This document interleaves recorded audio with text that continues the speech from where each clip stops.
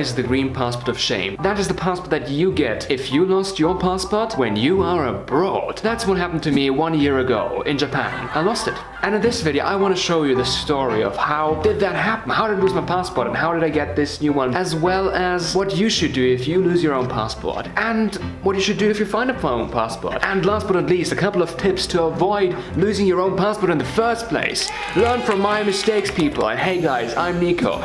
So let's travel back in time 1 year ago and see how did I lose my passport. Let's go.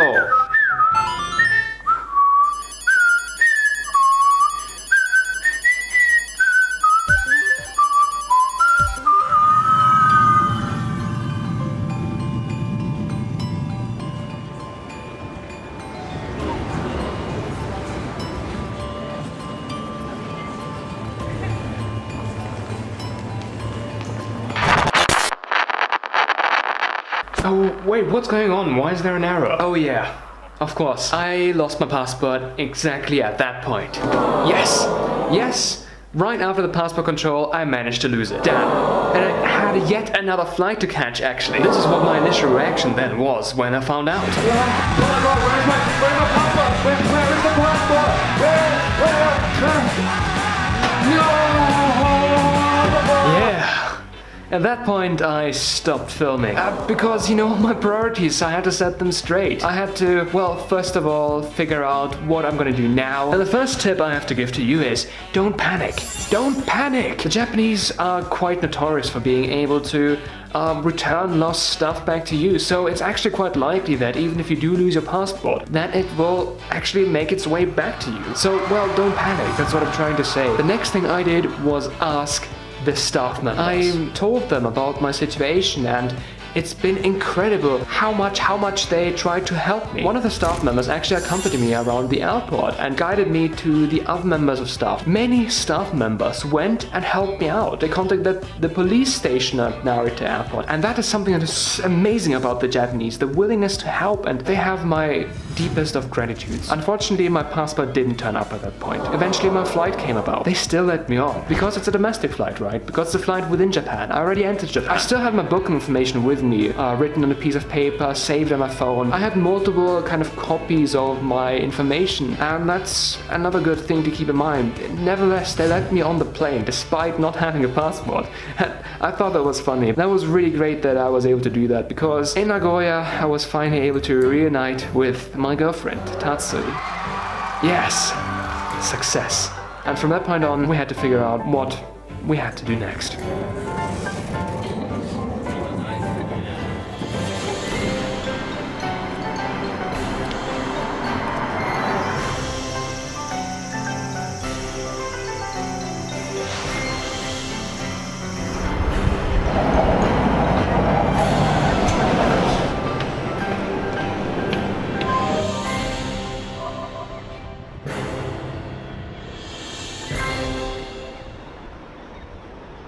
So the next morning, we already got in touch with the consulate. Instead of waiting to see whether or not my passport would show up, we decided to straight away go and register my passport as a lost item. Tatsuya and I decided to go straight to the police station and go to register that. Here is how it went.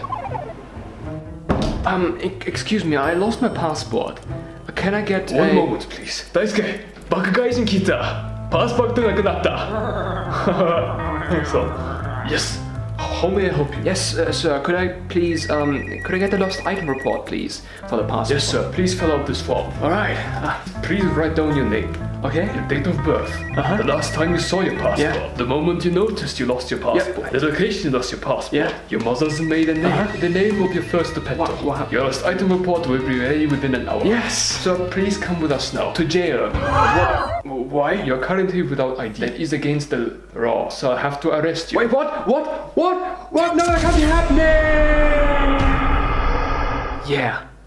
And that is actually one of the reasons why we decided to straight away try and get a replacement passport for me. As a foreigner in Japan, you have to have a piece of ID on you. That is the law. Obviously, the police didn't actually arrest me there, because it would make no sense. There is a difference between a law existing and a law being enforced. Yeah, if anything ever happens to you, if you lose your passport, try to straight away contact your country's embassy. Generally, if you're in a hotel, the reception should be able to have a phone, and with that phone, you can always call your nation's embassy. They might already have info on your passport being found. They will be able to let you know what you need to do. Yeah, and after I got the certificate of loss, there was just one more thing that we needed to obtain.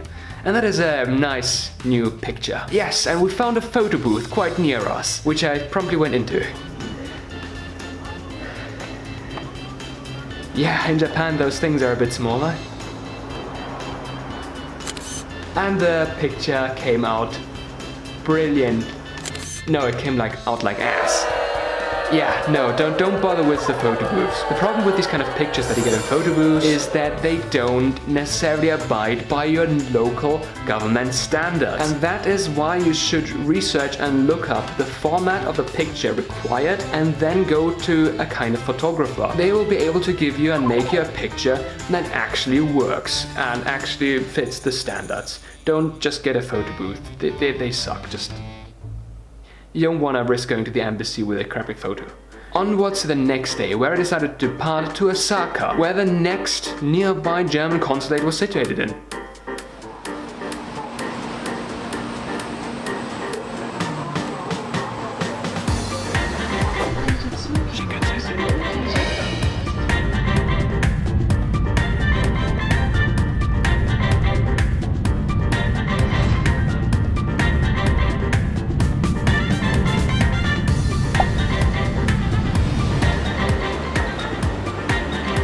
Just reached the epic Osaka station, and now I'm headed towards that building right up there.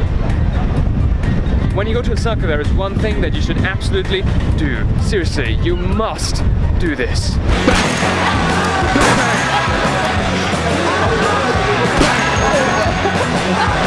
That was the Osaka bang. Bang, bang. Take your fingers, point them at someone like a gun and scream bang. And in Osaka, people will react. And it's kind of an inside joke there. People in Osaka, they're considered to be the most open kind of people of Japan. So the Osaka bang being the inside joke, well, that's kind of a given. Back to the passport story. That building that the German consulate is situated in, that is called the Umeda Sky Tower. It's a surprisingly famous building. It is a very fancy building, and a bunch of companies basically use it as an office space, including the German state, which isn't a company but a state. I went to the Umeda Sky Tower to request to be given a replacement passport. Yeah, this is how it went. Hi there, excuse me, I lost my passport. You lost your passport? You dum-dum. Do you have a police report with you? Right, yes, here is the police report. Oh, thank you very much. And a picture. And 8,000 yen. What?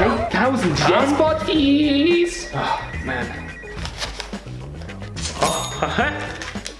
This is your new passport. Before I give it to you, you have to repeat after me. I am a dum-dum. Yeah, okay. I am a dum-dum. Dum-dum. I'm a dum-dum.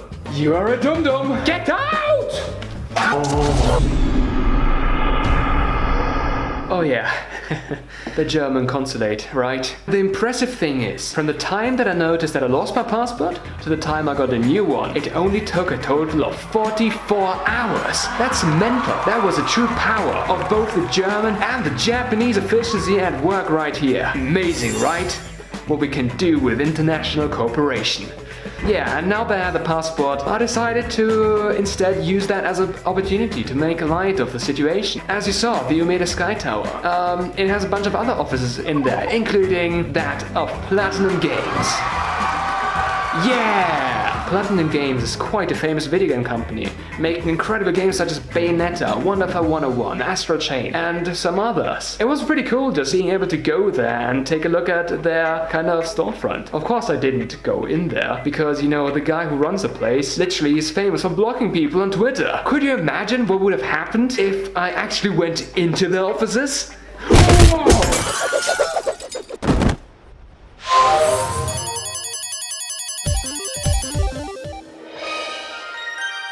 And now that I once again had a legal passport that is limited to 1 year only because it's considered to be a temporary passport, it's still a valid passport anywhere in the world. So anything I could have done with my original passport, I could do with this new green passport of Shane, except that the color is now green. And having that new passport in hand, there was nothing in the way of my following 1 month of vacation in Japan. It is required to have a passport on you if you want to drive a car, for example.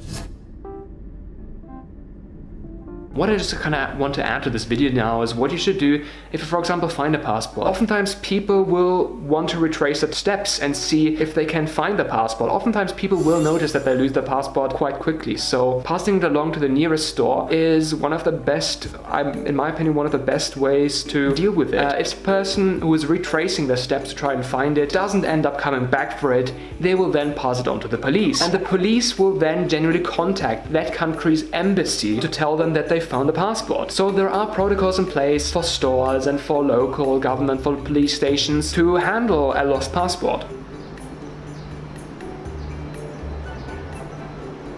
So why did I end up losing my passport in the first place? Well, to be honest, I got cocky. Just after arriving in Japan, I feel incredible. I feel invincible. Yes, I'm in Japan. Yeah! I did not notice how tired I really was. What ended up happening is I likely dropped my passport when I tried to withdraw money from the ATM. After the passport check, I put the passport into my pocket. I can't remember what happened after that. Don't just put your passport into a random place. Have a specific and designated place to put your passport in. And in that way, to ensure that you have your passport with you, you will always only need to check on that one place. So these fanny packs, for example, they're really great for that because they're close to your body. It's hard to pickpocket them. Despite looking a bit weird, they're basically the perfect place to place your passport in. Nevertheless, the lost passport ended up costing me $200. I had to pay the train, the Shinkansen, there and back from Nagoya to Osaka. Then the passport itself. And then of course you can't forget the picture, the photograph. This mistake ended up costing me $200. And I guess that's a lesson learned. If you want to have $200 less in your holiday budget, lose your passport. I don't think that's a lesson that you should take away from this video. Please don't do that. I mean, $200, that's like 100 fried chickens.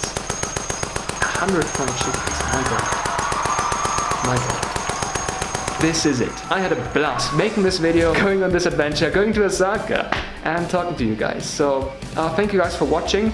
Please like and subscribe to this channel. Guys, see ya. Stay safe. Thank you for watching.